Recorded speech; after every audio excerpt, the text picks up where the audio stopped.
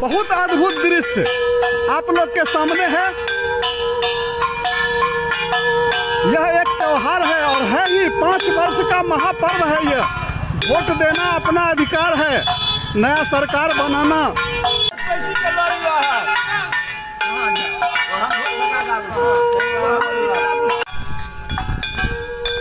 देखिए, हम सब नए सरकार के गठन में नए सोच, नए तरीके से वोट डालने के लिए जा रहे हैं।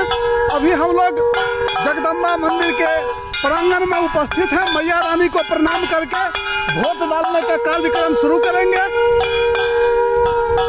विधिवत ढंग से वोट डाला जा रहा है। माता रानी को प्रणाम करके वोट डालने का काम हम लोग पूरा करने जा रहे हैं।